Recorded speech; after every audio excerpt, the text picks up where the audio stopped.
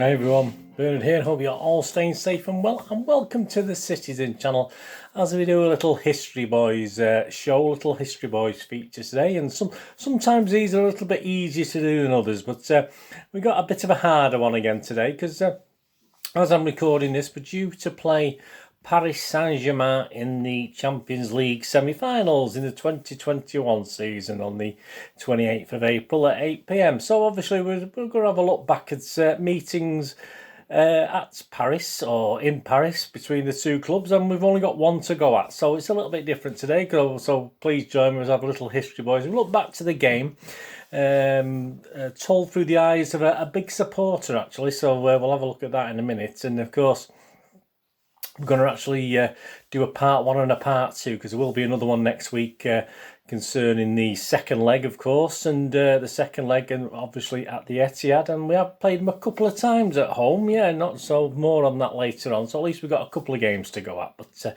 yeah, please join me. We'll have a look at the History Boys and the game at that meet. A little bit of history about PSG as well, just a little bit of information you may know, you may not know, just a little bit of information about them. So please join me today for this History Boys feature. Please, if you're new to the channel, push that subscribe button. If you enjoy what you see, please push that notification button as well, so you know these little vlogs are coming out. I do city past, city present, city quizzes, city movie clubs, lots of different stuff if you check the playlist. And you will see some stuff on my film and TV channel as well. I'm very greedy. I do love film and TV as well. Not perhaps as much as I love my football team, but yeah, there's loads of stuff on there. So if that's of any interest, or someone else you know might be interested in it, please point them in my direction. I'll be very grateful. All friends and followers, if you want some friends and followers, if you're new to Facebook or Twitter and you want some friends and followers, the link's on the screen there. I do check every 3 or 4 days and follow and friend everyone back, and of course I post loads of stuff on City on Twitter and Facebook as well, so you can get some great information on there as well. All your comments are very welcome. Thumbs ups always appreciated, and please, as I'm doing this, we do have a regular Monday live show, Citizen Live, where we chat City for an hour and a half every Monday. So seek that out as well if you've not tuned in for that yet. So that'd be great. Right, here we go. PSG, yeah, so part one of this little look at History Boys, PSG versus Manchester City. Of course, PSG are sort of the top side at the moment in France, and they're probably the most well known, aren't they? The capacity of the stadium holds 47,929, so that's the total capacity. Obviously a little bit less with that, allowing for UEFA stuff, etc, etc. They are fairly new in footballing terms. They were only founded in 1970. There you go, and we were only founded in 2008, weren't we? But hey, there you go. And for that reason alone, it is a little bit, let's be serious, it is a little bit insulting for City to be compared and to this lot when you consider we were sort of born and created in one guise or another 90 years earlier than that. So it is a little bit demeaning, isn't it? Which and I don't think any of you history buffs out there would appreciate, or any City fans in general would appreciate us both being linked together as sort of new money clubs, etc, etc.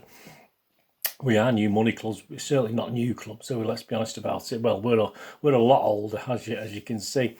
Despite coming late to the party, they are now currently the best supported club in France, with also a large worldwide following.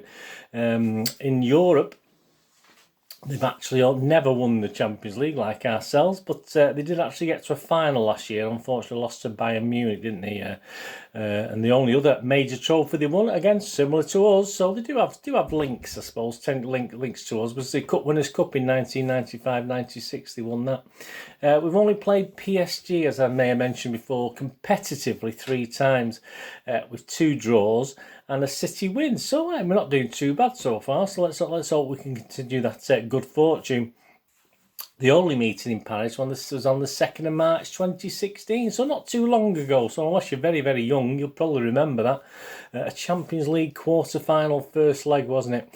They were actually managed by Laurent Blanc at the time, or Blanc, however you pronounce that. And of course, City were in Pellegrini's last season, and we sort of went to Paris quite confident of getting through that, despite having a little bit of a mixed Premier League season, didn't we? We sort of clung on to 4th place and for most of the season, and managed to get qualification in 4th place. But it was far from easy that season. And PSG, by the time we played them in this game, had actually clinched their league title already. So they had the confidence of being able to rest players, etc., etc. The attendance for the night for that game was 47,228, with 2,400 lucky Blues making the trip. The lineups, just to give you the lineups of that one, see familiar names, a lot of these obviously. For City, Hart, Sagna, Otamendi, Mangala, Clichy, Fernandinho, Navas, Silva, KDB, Aguero, and the subs were Delph, who came on in the 77th minute, Boney, who came on in the 88th minute, Kolarov, who came on the 90th minute to probably shore up the defence. Caballero was unused, Zabaleta unused, Demichelis unused, and Iheanacho unused.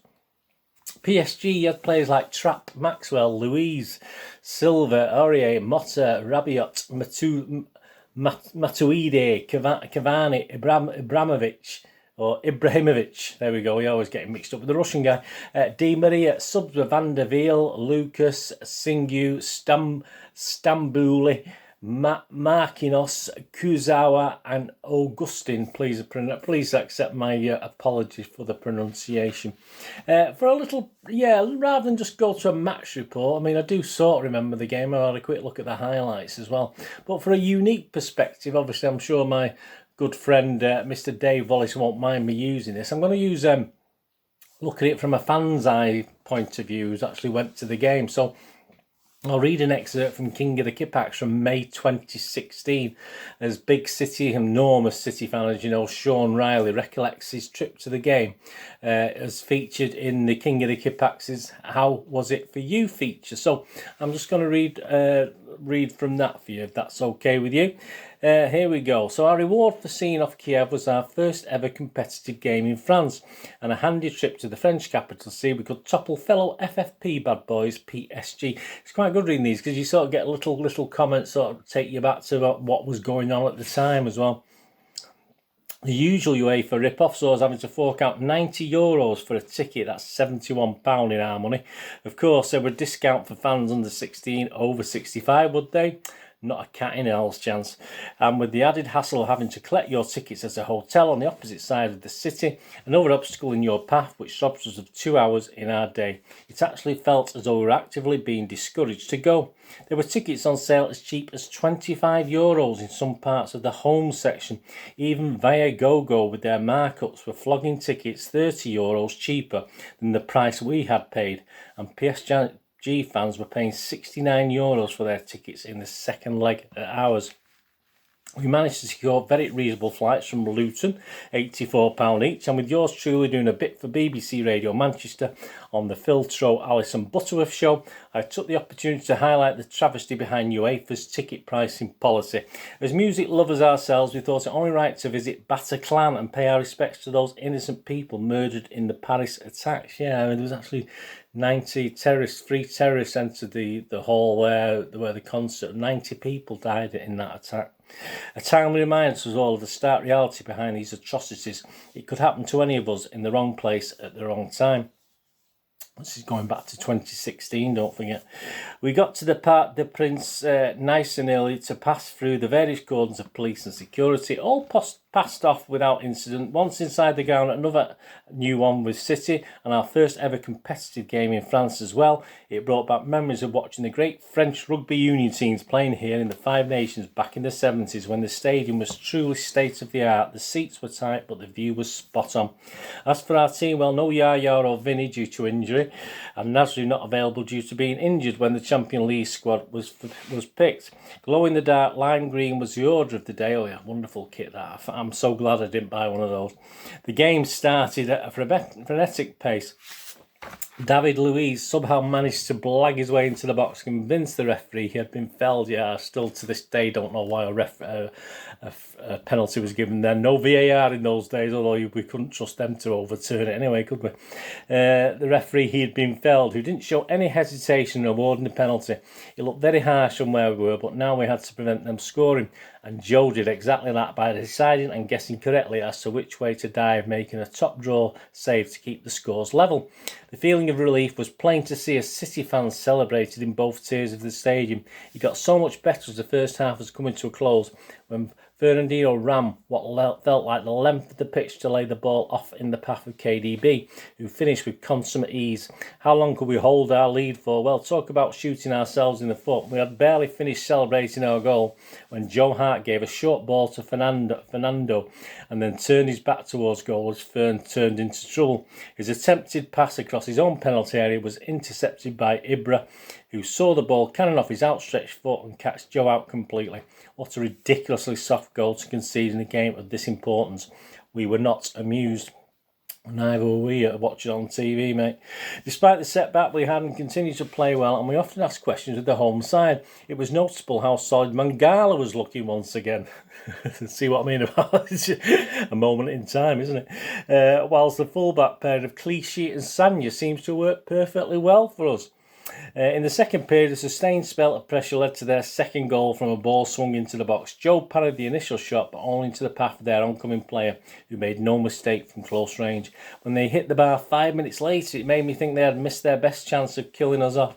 A few minutes later, Fernandinho's scuff shot took a couple of slight deflections on the way through as it completely wrong-footed the home team's defence for 2-2, which was a highly creditable scoreline. And we certainly have been satisfied with that outcome, had we been offered it from the start. The team continued to graft really hard and perform as a unit, which is refreshing to see. We brought all 3 subs on to run the clock down a bit more, and when the ref did halt proceedings, with celebrations started between the fans and the players. We knew we weren't through, but it gave us all the confidence we ever needed to finish the job at Eastlands next week. Of course, our achievements were largely met with indifference back at home, which still are to this day, aren't they?